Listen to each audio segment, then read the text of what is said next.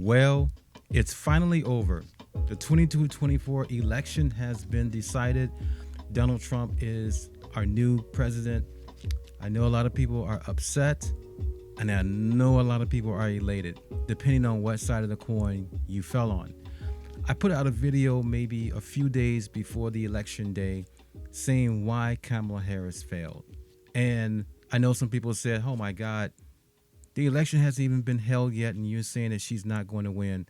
But there were just a lot of telltale signs that told me the Democratic Party and Kamala Harris was not going to win.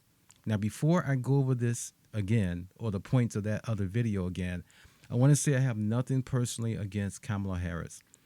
My beef is not with Kamala Harris. It's basically with the Democratic Party and its policies and their inabilities to basically reach us African Americans and to implement certain policies and programs and things of that nature that would enhance the African American communities. I have personally had over 45 years to observe the Democratic Party. As a matter of fact, I was actually part of the Democratic Party or the machine in Chicago, Illinois. My entire family is and was a part of the Democratic machine. Some are still a part of the machine. I'm no longer a part of it. Now, for those of you who don't understand what the machine is, it's basically if I scratch your back, you scratch my back. If I do a favor for you, you do a favor for me. It works like this. If I'm busting my butt to help a particular candidate to be elected and they become elected, then I can count on favors from party officials. So I can pick up a phone. In this case, my grandfather could pick up the telephone, call someone within the Democratic Party, and get me a job. Heck, I didn't even have to be qualified for the job. If my grandfather, or if I have a lot of power and influence within that particular party, and I help so many people out by helping them to get elected, getting the vote out, putting signs in lawns, talking to people, petitioning, so on and so forth, and they say, hey, he's working really hard for us. He is for us. So when they get into a position of power, all my grandparents had to do was pick up the phone, call someone, and they were able to get us jobs. And I got a job working at the Chicago Board of Election Commissioners that way. I mean, I didn't have to submit an application or a resume. All I did was go to my grandfather. He said, okay, no worry about it. I actually witnessed him make a phone call to a certain person. When he hung up the phone, he wrote on the back of a business card. He says, you go see this person tomorrow. Gave me the room number. I went to the front desk, gave a lady the card. She turned it over and saw the name on the back of the card and said, oh my God, you're with this person? Come on back here. And as soon as I went back into their HR office, I filled out a form and I was working that day. That's Chicago machine politics that I was involved in for so many, many years. I'm no longer involved in Democratic machine politics in Chicago. I consider myself more like an independent. I'm looking for policies, what people stand for. I'm not voting for someone who looks like me. I'm not voting for someone who is as tall as I am, as short as I am, lives in my neighborhood or community, went to my church, went to my alma mater, went to my college. I'm not voting for someone like that. I pretty much look and see, they're going to do this in economics. They're going to do this in finance. They're going to do this with construction. They're going to do this with projects. This is what I'm looking for. And then I vote for that particular candidate. Some people vote for a person that lines up with them morally. Well, the thing about moral values, it's a slippery slope for some people. Not everyone is 100% pure and morally upright.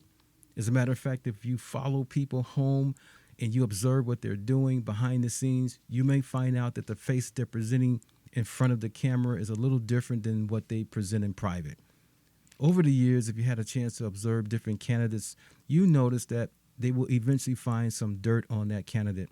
So no matter how good they are politically, or how good they are with their views and their platforms, eventually someone's going to find a smoking gun on a candidate. So we can't just rely primarily on just them being 100% moral. So when you go into a store like a Macy's or a department store to shop for something like to buy a camera or to buy some type of retail item. You just are looking to see if the product itself is good and it's priced good. And you buy the product and you go home. You don't go into that store thinking, I wonder if the president of Macy's or Walmart or Target, I wonder if they're watching pornography on their cell phone tonight. You don't think, you don't even know what they're doing. They could be having a seance right now. They could be doing some demonic ritual. We don't know.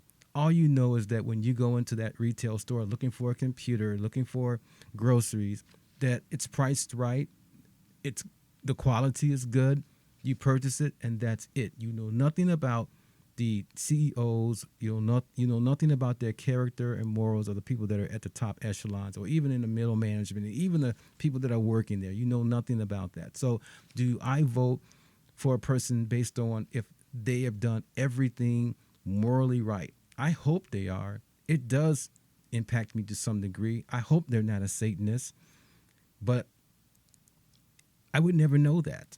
But what I can see is, okay, this is how they voted the last election on this particular bill. This is what they stand for as far as a platform, policies.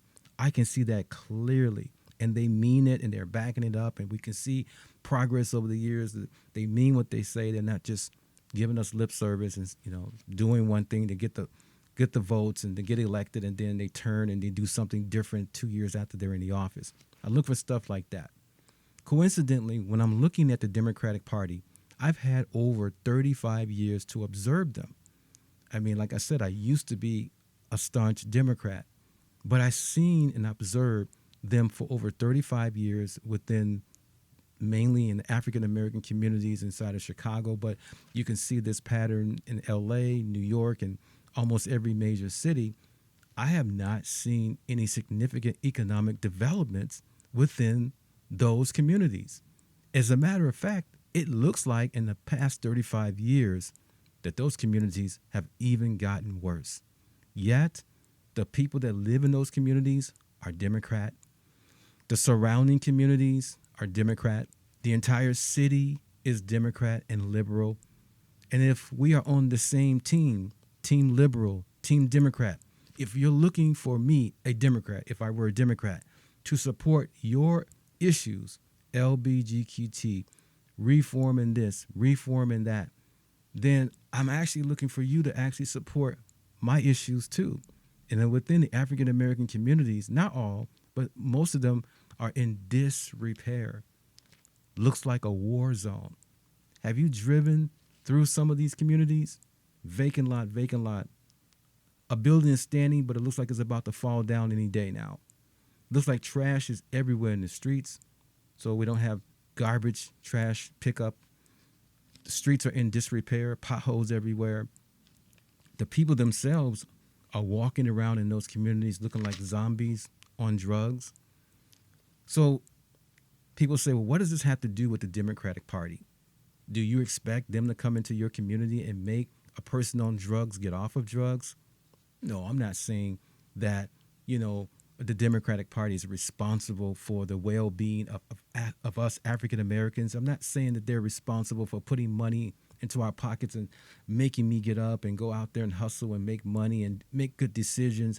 I'm not saying that, but I'm saying this.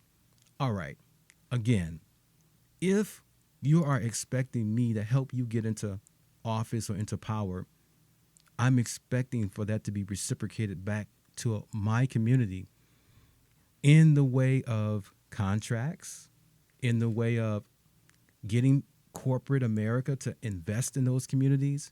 See, there's certain things that can be done to get corporations and to get elites to say, look, let's put our investment over here, not over there on that other side of town in the better part of the city, but let's go ahead and funnel it over to this part of the city. Because after all, if you have a lot of elites and Democrats, they sit around and have these discussions about where to do a development, to where to do this project. They have these kind of discussions, and a lot of that could be funneled to those communities to help those communities come up. Here's another thing. If you are a liberal, Democrat, and you say you're so concerned about African American causes, put your money where your mouth is. Go over to that side of town and sit down and have some greens and peach cobbler, a cup of coffee at one of the local diners there. I never see you over there. I never see you in those parts of the city. And you can say, well, I'm not going over there. It's dangerous. Well, go in the daytime. Bring a lot of your friends. Bring 4 or 5 people and go to a restaurant over there. 4 or 5 people and bring your dry cleanings to that particular dry cleaner. I'm just saying, I know why would I go there when I have a dry cleaners in my community? Yeah, I mean, good point. Support your local dry cleaners. But we go outside of our neighborhoods looking for different kinds of food. We do this all the time. Chicago is a foodie city. We go from neighborhood to neighborhood looking for something different, something exotic, something from a different ethnic culture. So we can say we experience Indian cuisine or we experience Pakistani food. So we can do the same thing for the African American communities that need a shot desperately of we need an economic boost and shot desperately. So why not go to those communities and support whatever find something to do and support a business over there. You know, I'm not telling you to give handouts. There are businesses within African American communities, mainly in the food industry, restaurants, things of that nature, can be patronized by more than just the local African Americans that live in those communities. Okay. The point is, there are liberals that live in Chicago. Many of them are wealthy. Not all of them are middle class or working middle class or working poor. There are a lot of rich liberals that live in the city of Chicago. They're on Lakeshore Drive. They live in River North. They live on the 32nd floor overlooking the lakefront. We know where they are. They're out there protesting for black people's rights. But they never give any money for black. They never put any money into black people's pockets.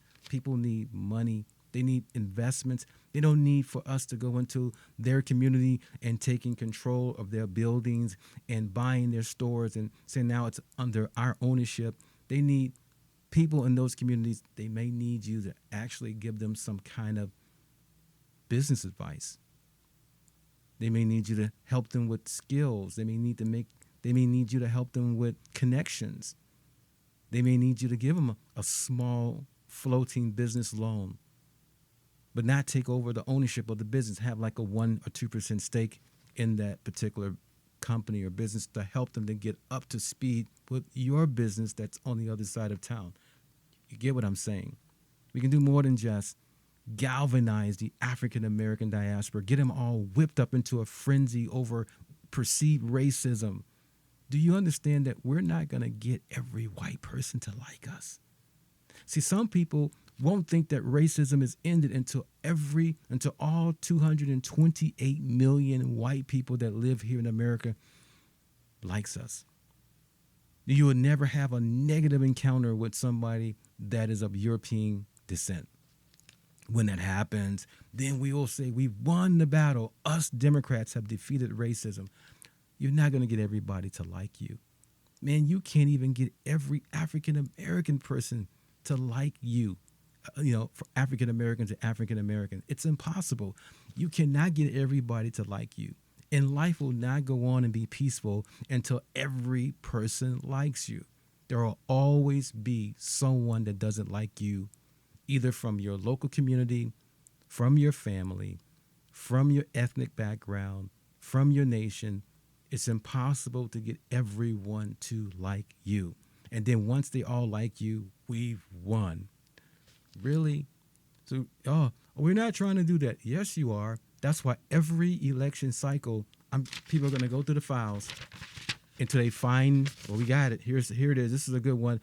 This girl just got hit over the head with a nightstick by a cop in Georgia. And see, they're going to run that story right around the election time to get every black person, to remind every black person that there is some white person out there that doesn't like you. And on the other side, Fox News is going to run a story about some black person who walked into a department store and stole some stuff and ran off into the streets to make their audience believe that all black people are thieves and all black people are looting stores and that the inner city is burning down because of smashing grabs and carjackings. You get the picture. So what do? We stop believing this hyperbole every 4 years. We stop believing this nonsense. We start to research and we start to look deeply into things. So anyway, I'm digressing. The Democratic Party over 35 years hasn't taken any money out of their pockets to invest within the African American communities. With all the stars that we have, multimillionaires, billionaires, somebody could have given 25 million here. Actually, really, everyone could have gotten together. All of the stars who are liberal could have gotten together and taken up millions of dollars in collection and gone into the communities and taken the brightest of the liberals that have graduated from Harvard and Northwestern University, University of Chicago, and come together and said, let's solve this problem because we're so concerned about this. This is a concern of ours. We really do care for you. We're going to go into your communities and invest heavily into your communities until we don't see poverty there anymore. It might take 3, 4, 5 years, 10 years, but we're going to do something about this. We're going to help people get business loans. We're going to help people. We're going to support them by patronizing them, by going to their stores and buying their products and sitting down at their restaurants and buying their food. I know I have a lot of people out there that say, man, there's no way this could happen. Anything is possible. When you think about something, it's very possible that it can happen. So anyway, why did Kamala Harris lose the election? Why did the Democratic Party lose this election? I'm going over a few things. There are actually many, but I don't have time on YouTube to go over everything that took place. You all actually were observing. For those who were observing, you saw a lot. For example, the African American diaspora is not a monolithic group of people, meaning you can't market to all 40 million African Americans the same way. You can't assume that all African Americans are into trap and hip hop and Hollywood pop culture. So we just put some Hollywood celebrities in front of them that will say, vote for Kamala Harris. And all 40 million people will say, yeah, I'm glad you were able to show us that you're good friends with Beyonce. So now that I know you're down with Beyonce and you understand her song Freedom, that you're down with us, you can relate to us because you like Beyonce. And you thought that strategy was going to work. Well, let me go into why the strategy failed. It failed because most celebrities are multimillionaires. But the average person that you're using them to market your message to are not multimillionaires. They're hardworking middle-class people, working middle-class people. Some of them are the working poor. And when they go to the gas tank and they see that the gas prices is $3.99, they might just fill the tank halfway that day, hoping that the next day that it might go down to $3.29 and then they'll fill it all the way up. They have to make decisions like that, whereas a Hollywood person, an elite, doesn't have to make that kind of decision. They just send their assistant to go fill up the Rolls Royce, the Maybach, or whatever kind of car they have. They don't think about that. That's not the pressing issue on an elite person's mind. You know what the pressing issue is on an elite person's mind? They're still concerned about how white people perceive them. Do they like me? Am I accepted? I mean, you got millions of dollars and you're still worried about whether you're accepted or not.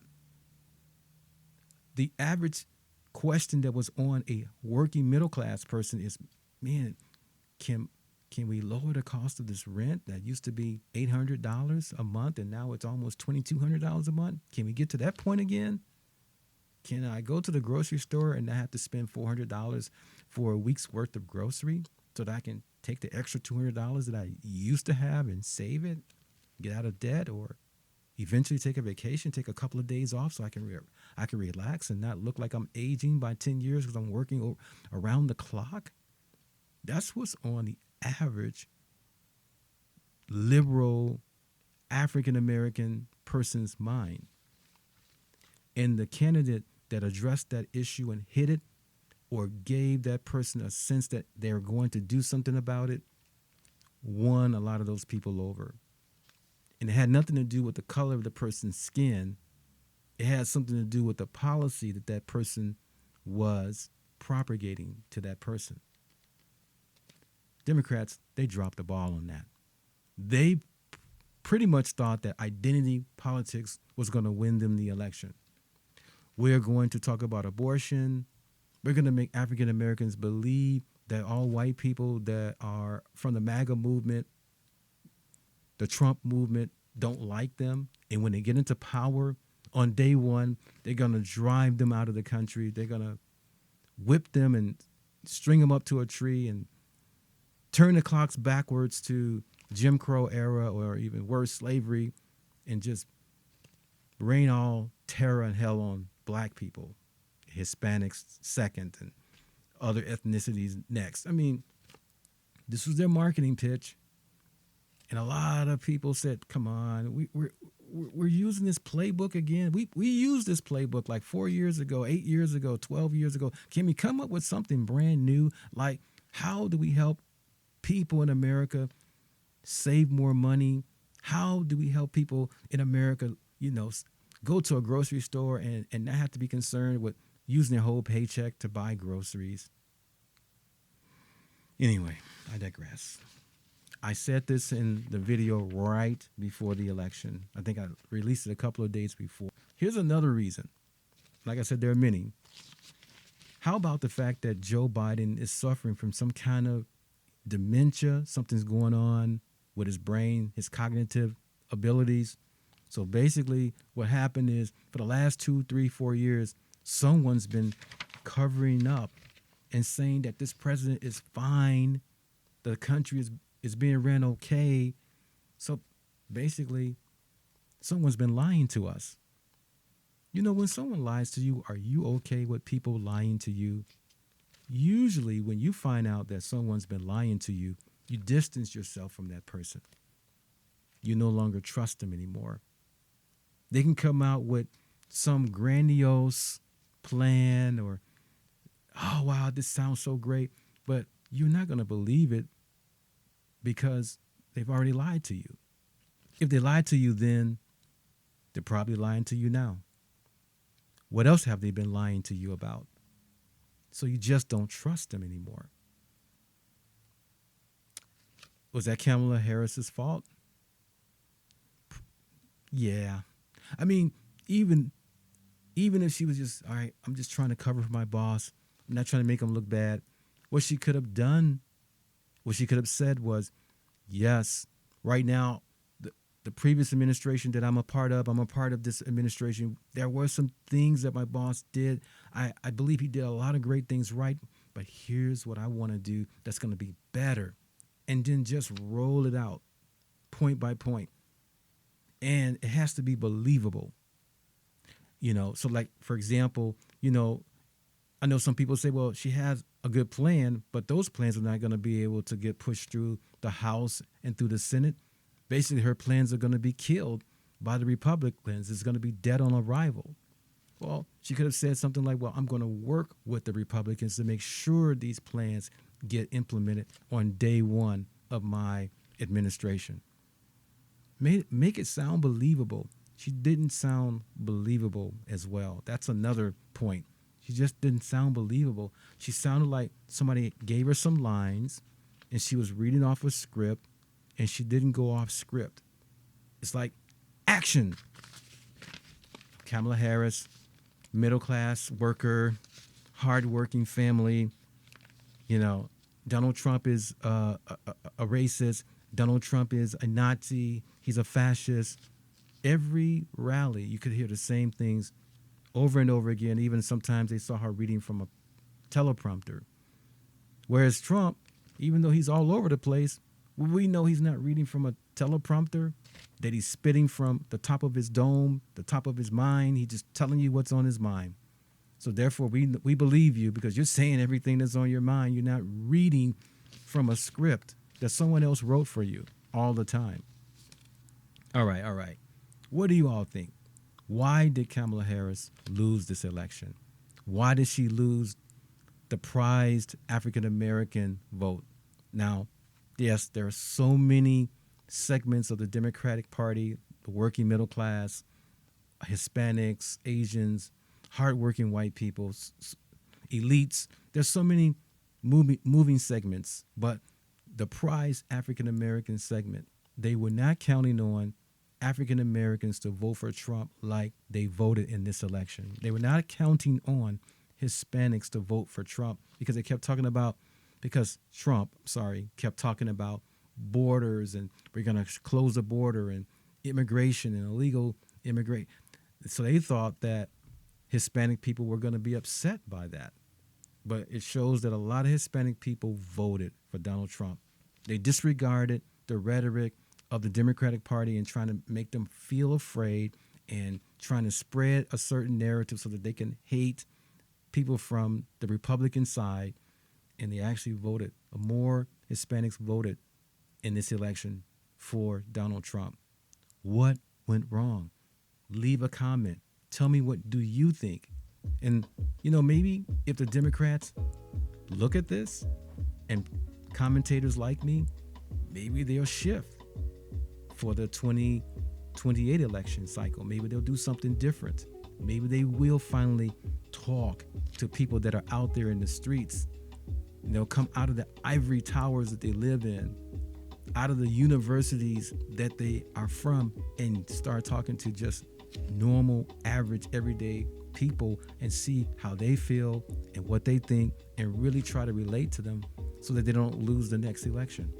Or maybe they will continue to live inside of a fantasy bubble thinking that because they've made it, because they have a lot of money, because they're very educated, that they know better for you than you know for yourself. And they'll lose that next election too. Tell me what you think. And once again, we're up to 304 subscribers now. Thank you all for subscribing to Zero Ambiguity. I appreciate you. I really do. I just wanted to create a forum where everyone can share different information like this and have a public discussion, and we can pick up on each other's ideas, grow from that, learn from that.